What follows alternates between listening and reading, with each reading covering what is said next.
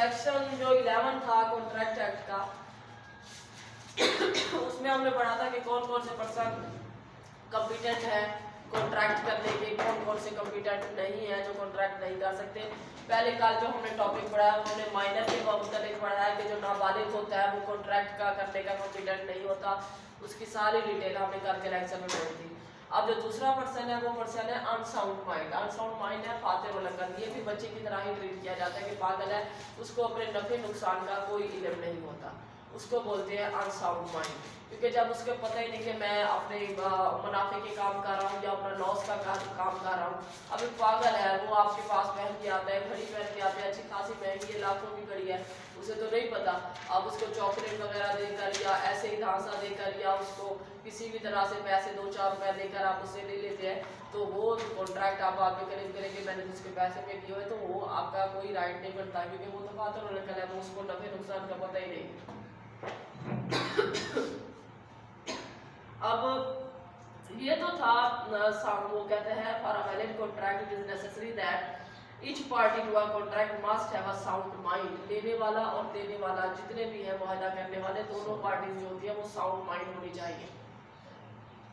अब sound mind की definition वो सेक्शन 12 में बताता है, a person is said to be a sound mind for a purpose of making a contract. एक इंसान को उस वक्त साउंड माइंड कहा जाएगा मुआहदा करने के मुतालिक इफ एट द टाइम, जिस वक्त वो मुआहदा कर रहा है, he is capable of understanding it, वो अपने मुआहदे की समझ बूझ रखता है, and forming a rational judgement, और एक जो शऊरी फैसला कर सकता है as to its affect upon his interest, के मेरे इंटरेस्ट पर इस मेरे मुआहदे का क्या असर होगा, उसके बारे में वो फैसला कर सकता हूँ। अपर पर्सन वो usually of unsound mind but occasionally of sound mind. एक इंसान जो आमतौर पर अनसाउंड माइंड होता है लेकिन कभी कभार वो साउंड माइंड भी हो जाता है। When is of sound mind, a person who is usually he may make a contract when is of sound mind। अब यहाँ पर उसने एक बात बताई है, दौरा जिस तरह से किसी इंसान को पड़ जाता है पागलपन का। अब आमतौर पर वो कहता है कि उस इंसान को दौरा पड़ जाता है, वो नहीं कर सकता अपने फैसले प्रॉपर तरीके से, ठीक है। लेकिन कुछ टाइम ऐसा होता है जिसमें वो बिल्कुल नॉर्मल इंसान की तरह ही काम कर रहा होता है, तो जब वो नॉर्मल इंसान की तरह बैठा है, उसको कोई बीमारी नहीं, उसको कोई दौरा नहीं, वो ऐसे ही बैठा है जैसे कि एक आम इंसान बैठा है, समझ बूझ वाला इंसान बैठा है, तो जिस दौरानिए के अंदर वो वैसी कंडीशन में होगा जैसे कि एक नॉर्मल इंसान है, तब वो कॉन्ट्रैक्ट कर सकता है। समझ आ गई है मेरी बात। अब दूसरी बात वो कहता है, a person who is usually of sound mind, एक इंसान जो आमतौर पर तो साउंड माइंड है, मतलब देखने में, काम करने में अक्लमंद है, but occasionally of unsound mind, लेकिन कभी कभार वो पागलपन का दौरा उसे पड़ता है। May not make a contract when is of unsound mind, तो वो जब अनसाउंड माइंड है तब वो कोई भी कॉन्ट्रैक्ट नहीं कर सकता। सिंपल से उसने 3 कंडीशन बताई है। एक साउंड माइंड पर्सन कॉन्ट्रैक्ट कर सकता है, अनसाउंड माइंड पर्सन की समझ नहीं रहता वो नहीं कर सकता। दूसरी कंडीशन बताई उसने, एक इंसान जो कि आमतौर पर पागल ही रहता है लेकिन कभी कभार वो नॉर्मल इंसान बन जाता है, तो जब वो नॉर्मल कंडीशन में आएगा, वो मुआहदा करेगा तो वो मुआहदा वैलिड होगा। फिर कहता है एक इंसान जो कि ज्यादातर पागल रहता है लेकिन कभी कभार नॉर्मल रहता है, ये दूसरी कंडीशन थी। तीसरी कंडीशन जो कि नॉर्मल रहता है लेकिन कभी कभार उसे दौरा पड़ता है, तो जब उसे दौरा पड़ेगा, मतलब ये नहीं कह सकते आपके भाई ये तो अच्छा खासा था, लेकिन जब वो टाइम आया, जब वो उसको ऐसे किया गया, जब वो फैसला करने का टाइम आया या कॉन्ट्रैक्ट करने का टाइम आया, उस वक्त वो दौरे की कंडीशन में था, वो नहीं समझ में रखता था, तो उस वक्त वो मुआहदा नहीं कर सकता।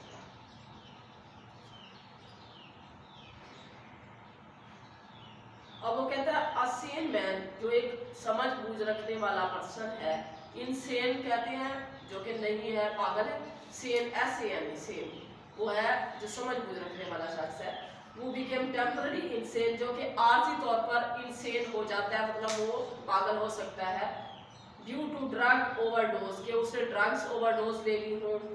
सेल स्कूटर टू बी, वो स्कूटर अपना भेज देता है बी को, द एग्रीमेंट इज फाइंड, नशे की सूरत में या कोई मेडिसिन का भी नशा हो सकता है इस तरह से, कि उसको नहीं समझ आ रही कि वो बिल्कुल सेहतमंद इंसान था, लेकिन उसने नशे की सूरत में था। जब इंसान नशे की सूरत में होता है वो तो कुछ भी कर सकता है, उसका दिमाग उसके कंट्रोल में नहीं होता। अब ये जो शराब पीते हैं लोग आमतौर पर तो वो नॉर्मल होते हैं, लेकिन जब वो उसको पी लेते हैं या नशा ले लेते हैं, ड्रग ले लेते हैं, तो वो अपने कंट्रोल में नहीं रहते। तो उस वक्त वो जो भी वायदे करेंगे वो क्या होंगे, वाइड होंगे। अब इफेक्ट ऑन एग्रीमेंट, इसका दूसरा पॉइंट है कि इफेक्ट ऑन एग्रीमेंट, कि इसका अनसाउंड पर्सन का एग्रीमेंट पर क्या इफेक्ट होगा।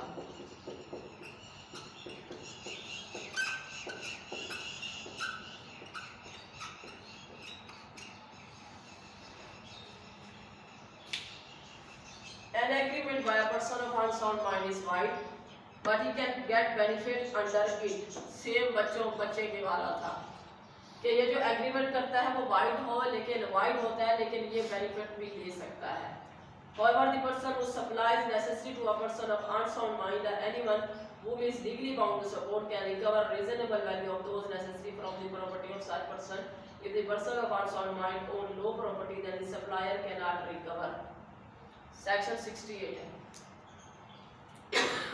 बच्चों वाला ही है, जैसे मैंने आपको पढ़ाया था कि कोई वली होता है जो उसको सप्लाई प्रोवाइड करता है तो वो उसका पैसे ले सकता है उससे या फिर कोई भी आम चीज़ें जो कि ज़रूरत ज़िंदगी की चीज़ें हैं, अगर आप इस पागल इंसान को दे देते हैं तो आप उससे, या फिर कोई और बंदा जो कि पागल इंसान पर या वो नशा जो करता है बंदा उस पर डिपेंडेंट है,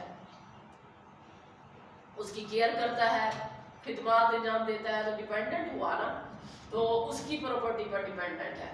तो अक्सर देखते हैं कि भाई वो पागलों के भी केयर टेकर होते हैं। अब जो केयर टेकर है वो जो अपनी ज़रूरत ज़िंदगी की चीज़ें लेगा या उसके लिए पागल के लिए जो ज़रूरत ज़िंदगी की चीज़ें ली जा रही हैं और जिससे ली जा रही हैं वो बंदा उस पागल की प्रॉपर्टी में से उसको लेने का हकदार है।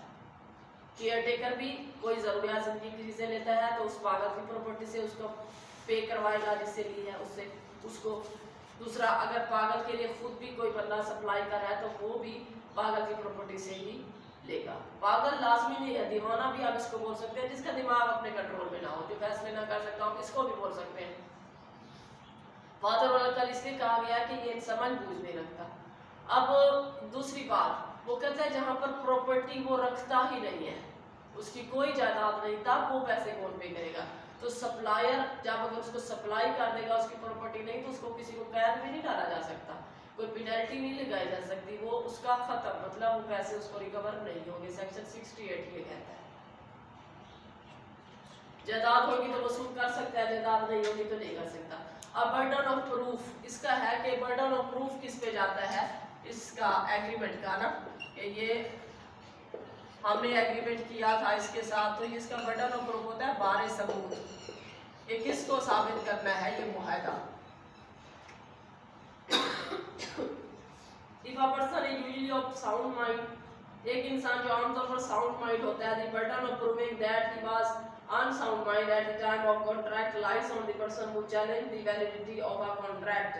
If a person usually of अच्छा, वो कहता है कि बारे सबूत किस पर जाएगा कि ये बंदा जिस वक्त मायदा हो रहा था ये पागल था, तो जाहिर बात है जो ये पॉइंट रेज कर रहा है उसी पर जाएगा ना, कि वो साबित करे कि जिस वक्त ये मुआहदा हो रहा था उस वक्त वो पागल था।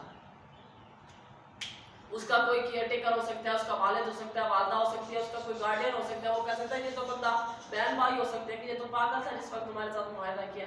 तो जाहिर बात है बारे सबूत भी उसी पे जाएगा, ये साबित करे, ठीक है। वो मुदई खुद बनेगा ना, या परला बंदा मुदई है तो ये मुदाल है, उसकी तरफ से नेक्स्ट फ्रेंड के तौर पर आ जाएगा कि भाई ये बारे सबूत हमेशा उस पे जाता है जो कोई प्ली लेता है। अब ये उसने प्ली ली ना कि ये जिस वक्त मुआहदा हो रहा था ये पागल था, तो बारे सबूत भी उसी पे जाएगा कि आप साबित करो जिस वक्त पागल था। फिर है if a person is usually of unsound mind, एक इंसान जो आमतौर पर पागल रहता है, the burden of proving that he was of sound mind at the time of contract lies on a person who affirmed it. अब बारे सबूत किस पे जाएगा, पहले तो था ना कि इंसान साउंड माइंड था लेकिन जो मुआहदा किया गया उस वक्त अनसाउंड हो गया, ये उस पर जाएगा जो प्ली लेगा। दूसरे में एक इंसान जो कि वो कहता है आमतौर पर आप पागल ही है, फातिल और अकल ही है, लेकिन if the burden of proving that he was of sound mind, लेकिन ये साबित करना कि जिस वक्त मुआहदा हो रहा था उस वक्त वो साउंड माइंड था। Lies on the person who affirm it, जो ये यकीन दहानी करा रहा है कि बाबा जिस वक्त ये मुआहदा हुआ था उस वक्त ये साउंड माइंड था, ये उस पर जाएगा। अब ये किस पर जा सकता है? जिसकी फेवर में मुआहदा, वो भी ये कह सकता है ना, अफर्म करा सकता है कि वाकई में ये उस वक्त जिस वक्त मुआहदा हुआ था वो सही था। जा सकता है ना, उसी पर भी जा सकता है, ज्यादातर तो उसी पर जाएगा कि वो यही कहेगा कि भाई जिस वक्त मुआहदा हो रहा था ये उस वक्त बिल्कुल ठीक था। अफर्म इट जो यकीन दहानी कराता है, जो कि कंफर्म करता है कि वाकई में ये उस वक्त बिल्कुल ठीक था। या दूसरी इसकी कंडीशन देख ले कि अगर उस मुआहदे से उसको फातिह और अकल को फायदा हो रहा है तो उसका कोई रिश्तेदार भी अफर्म कर सकता है ना, वो कह सकता है कि वो आप पर ना बंदा उठाएगा, भाई ये तो पागल था इसलिए वो मेरे साथ मुआहदा कर लिया। अब वो जो दूसरा है अगर वो मुद्दई बना हुआ है तो वो इसको अफर्म करेगा ना, नहीं भाई ये दूसरा बिल्कुल ठीक था। ठीक है, ये दोनों साइड पे जो ये प्ली अफर्म करेगा कि वाकई में वो उस वक्त सही था, तो वो अपने उस वायदे को सपोर्ट करने के लिए करेगा ना, जो सपोर्ट करने के लिए करेगा बर्डन ऑफ प्रूफ उस पे जाएगा। अब है डिस्क्वालिफाइड पर्सन, नाअहल अशखास, ये अगला टॉपिक है इसका। ये भी सेक्शन 11 पहले बताता है कि वो डिस्क्वालिफाइड पर्सन है, फिर उसके बाद इसकी डेफिनेशन आगे निकलेगी। ये थर्ड है।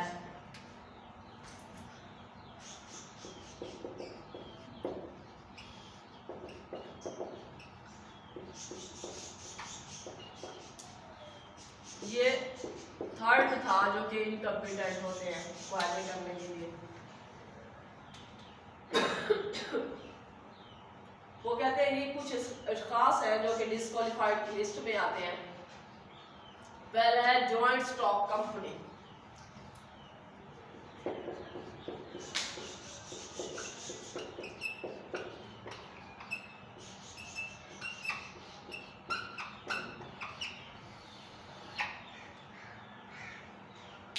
ज्वाइंट का मतलब होते हैं मुश्तरका, स्टॉक का मतलब होती है जो इकट्ठे उनका स्टॉक, बिजनेस का जो मटेरियल है उसको आप कह सकते हैं, शेयर्स को कह सकते हैं। Joint stock company can not enter into a contract outside the power given to the company by its memorandum of association और provision of the companies ordinance. जो भी कंपनीज होती है ना वो अपने मेमोरेंडम पर चलती है, article of association and memorandum पर। मेमोरेंडम ऑफ एसोसिएशन, मेमोरेंडम का मतलब होता है याददाश्त, ठीक हो गया। हर कंपनी, अच्छा आर्टिकल ऑफ एसोसिएशन होता है उनकी अपने कंपनी के अंदर जो रूल्स एंड रेगुलेशंस जो बनाए जा रहे होते हैं उससे रिलेटेड। आर्टिकल का मतलब होता है आर्टिकल ऑफ एसोसिएशन जो कंपनीज के अंदर के मटेरियल। फर्ज किया कंपनी में कितने बंदे काम कर रहे हैं, मुलाजमिन के नाम, अंदर की जो कार्रवाई होगी मैनेजमेंट तक वो उसकी आर्टिकल ऑफ एसोसिएशन में लिखी जाती है। और मेमोरेंडम ऑफ एसोसिएशन क्या होता है? मेमोरेंडम एक इंटरनेशनल लेवल पे होती है बात, जिसको पढ़ के कोई भी बाहर का आउटसाइडर आपके शेयर खरीदता है, उसमें कंपनी का हेड ऑफिस, कंपनी की रजिस्ट्रेशन कब हुई, कंपनी का नाम, हर एक जो मोटी मोटी चीजें होती हैं, कंपनी ने कितना प्रॉफिट किया, कितना लॉस किया, इसके शेयर की प्राइस क्या है, ये मेमोरेंडम में लिखी जाती है। अब कोई भी इंसान जॉइंट स्टॉक कंपनी जो है वो अपने इन मेमोरेंडम से बाहर जाकर और अपना जो कंपनी ऑर्डिनेंस है जिसके तहत वो रजिस्टर होती है उसके रूल एंड रेगुलेशन से बाहर जाकर कोई भी कॉन्ट्रैक्ट नहीं कर सकती। समझ आ गई? इसीलिए जॉइंट स्टॉक कंपनी भी डिस्क्वालिफाइड है, पर्सन है, क्योंकि अगर उसके अंदर है कि काम करेगी तो वो क्वालिफाइड है, बाहर जाएगी तो वो डिस्क्वालिफाइड है, वो मुआहदेदारी में से इनकम्पिटेंट हो गए। क्योंकि कंपनी भी एक पर्सन है, कंपनी अपने नाम से सू भी कर सकती है और उस पर दावा हो भी जाता है। फिर है डिप्लोमेटिक एजेंट। दूसरा है सफीर। देखिए जिस मुल्क का वो सफीर है मुकर्रर होके आया हुआ है वो उस मुल्क की परमिशन के बगैर यहाँ पर आके जिस मुल्क में वो बैठा है मुआहदे नहीं कर सकता। इस पर भी लिमिटेशन है ना, कि अगर वो आते हैं, वो कहते हैं कि आप हमारे ब्याह को, क्योंकि वो सारा कुछ तो यही सफीर ही कर रहे होते हैं, ये पहले वक्तों से ही है। सफीर भेजे जाते थे जाके मुलाकात करने, मुआहदे करने के लिए, वो खुद थोड़ी आते थे। तो ये अगर उनको परमिशन दी गई है, उनको जो रूल्स बताए गए हैं उसके अंदर रहकर तो वो मुआहदे कर सकते हैं अपनी कंट्री की ब्याह पर। खुद से वो लोग डिस्क्वालीफाइड है, वो अपनी पर्सनल इमेज बताते हुए वो मुआहदे नहीं कर सकते। समझ आ गई बात? अब आगे चलते हैं। Alien enemy. देखिए एलियन दो तरह के हैं, ये आप पढ़ेंगे पीपीसी में भी है। एलियन का मतलब होता है गैर मुल्की बाशिंदा। अब गैर मुल्की बाशिंदा, ये एनिमी का लफ्ज अलग कर दे बेशक। अब एलियन है गैर मुल्की। अब गैर मुल्की बाशिंदा हमारा दोस्त भी मुल्क का बाशिंदा हो सकता है, हमारे दुश्मन मुल्क का बाशिंदा भी हो सकता है। इस वक्त हमारा एलियन एनिमी इंडिया, इसराइल, जिनको हम तस्लीम नहीं करते, वो क्या है, उनके जो बाशिंदे हैं वो क्या है, एलियन एनिमी है। आप इस तरह से देख ले, चाइना है, सऊदी अरब है, वो हमारे एलियन एनिमी नहीं है, वो एलियन फ्रेंड्स है। उनके जो बाशिंदे होंगे वो हमारे क्या होंगे, फ्रेंड्स होंगे, वो एनिमी के उसमें फॉर्म में नहीं आएंगे। An alien means a citizen of a foreign country। समझ आ गई? बैरूनी मुल्क के बाशिंदों को आप एलियन कहते हैं। An alien whose country is at peace with Pakistan, जिसकी जो कि सुकून की पीस के वजह से, मतलब जिसके साथ हमारे मुआहदात हैं पाकिस्तान के अंदर, वो एलियन फ्रेंड है। A contract with the alien friend is valid। An alien whose country is at war with Pakistan is at alien enemy। ठीक हो गया? A contract with the alien enemy is illegal। Alien friend के साथ वादे करें वो आपके valid है, क्योंकि आपकी कंट्री उसको रिकॉग्नाइज कर रही है, वो सुकून की हालत में है, उनकी तिजारत चल रही है, तिजारत चल रही है आपस में। जिनके साथ हमारा दुश्मनी है, जो जंग की सूरत में हमारे साथ है, वो हमारे एलियन एनिमी है, पाकिस्तान के दुश्मन है। आप उनके साथ जाके मुआहदे करें और फिर पाकिस्तान में जाके क्लेम करें, पाकिस्तान के खुद ही आप केस करेंगे ना बाहर की कोर्ट में जाकर, तो वो पाकिस्तान कहता है इसके साथ हमारी बार है, हमारा मुआहदे भी नहीं प्रॉपर, आप किस तरह से मुआहदे करके बैठे हैं, तो आप उसका वो जो मुआहदा होगा वो भी आपको वैलिड नहीं होगा। समझ आ गई ये बात? कंपनी इसीलिए पर्सन के डेफिनेशन में आती है, जॉइंट स्टाफ कंपनी अपने मेमोरेंडम और उसके बाहर जाकर ही मुआहदे कर सकती। डिप्लोमेटिक एजेंट सफीर अपने सफारत खाने में बेशक बैठे हैं, लेकिन वो उनकी कंट्री जब तक परमिशन नहीं देती वो नहीं कर सकते, अपने भी यहाँ पर नहीं कर सकते। एलियन एनिमी आपको समझ आ गई, ये है इसके अंदर। फिर है इंसॉल्वेंट, दिवालिया।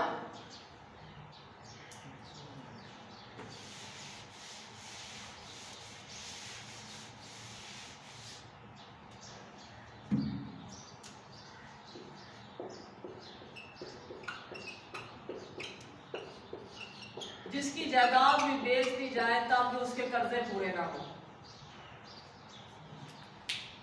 बाज़ औक़ात ऐसी कंडीशंस आ जाती हैं कि दिवालिया निकल जाता है लोग, तो वो क्या करते हैं, वो कोर्ट में आके केस कर देते हैं, इंसॉल्वेंसी की एप्लीकेशन देते हैं सीनियर सिविल जज को कि जनाब वाला मेरी कर्जे इतने ज़्यादा हो गए हैं कि मेरी प्रॉपर्टी भी अगर बेच दी जाए तो उससे पूरे नहीं हो सकते, लिहाजा मुझे इंसॉल्वेंट डिक्लेयर कर दिया जाए।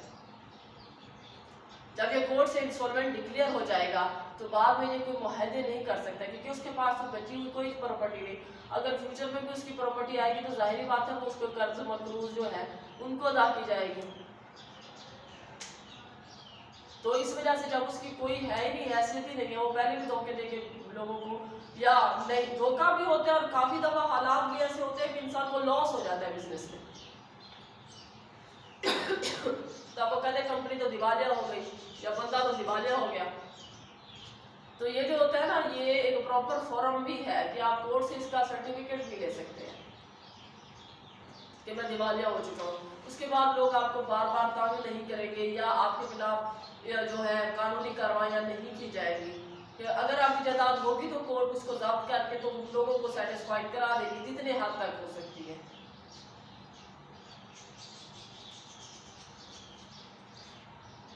फिर है कन्विक्ट, क्या है, जो सजा याद होता है। A convict is a person who has been imprisoned by a court of law during the period of sentence is incapable of entering into a contract. However, he is entered into a contract while on the parole or through commission. He become capable of making a contract when the sentence of imprisonment expire. यहाँ पर उसने ना दो चार बातें इकट्ठी कर दी।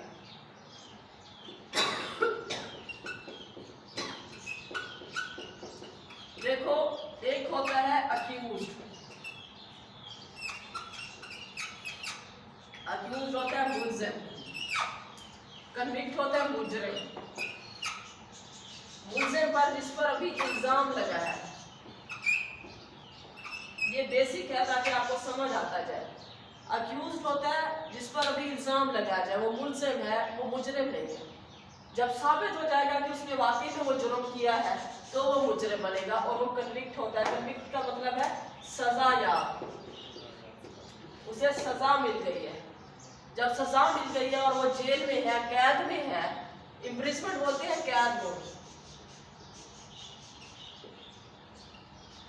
जब वो कैद के अंदर है तो उस पीरियड में 10 साल के लिए वो कैद में है या 12 साल के लिए, उस दौरान वो मुआहदा नहीं कर सकता कैद के दौरान। दूसरी बात, जब वो एक्सपायर हो जाती है, उसकी सजा खत्म, तब जाहिर बात है वो बाहर आ जाएगा। बाहर आएगा तो वो मुआहदे कर सकते हैं। अब एक बीच की बात, अगर वो इम्प्रिजमेंट गुजार रहा है, एक्सपायर नहीं हुई, और मुआहदा वो करना चाहे तो वो किसके थ्रू करेगा? पैरोल। एक चीज होती है पैरोल पे भेज देना। अक्सर जो मुजरिम होते हैं ना, जो सजा मिल जाती है, वो पहली दफा उन्होंने जुर्म किया होता है या माइनर ऑफेंसेस होते हैं, तो वो कोर्ट देखती है या उसके पीछे कमाने वाला कोई नहीं होता, तो उन्हें पैरोल पे भेज देती है।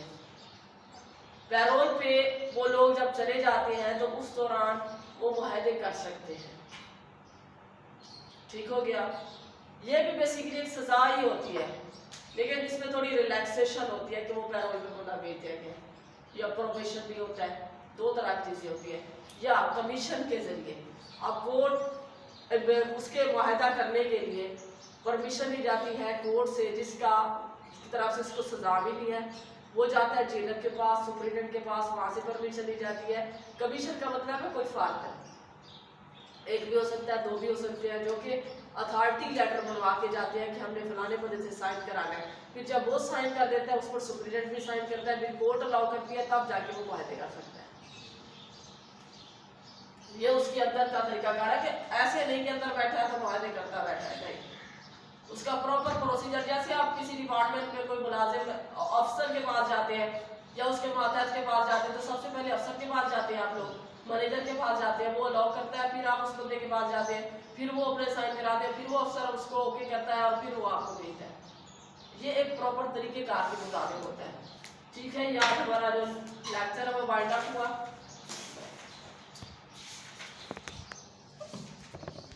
कल आप लोगों ने ना इसको करना है फ्री कंसेंट, ये चैप्टर आपका 5 स्टार्ट हो जाएगा। आपका सिलेबस सही जा रहा है।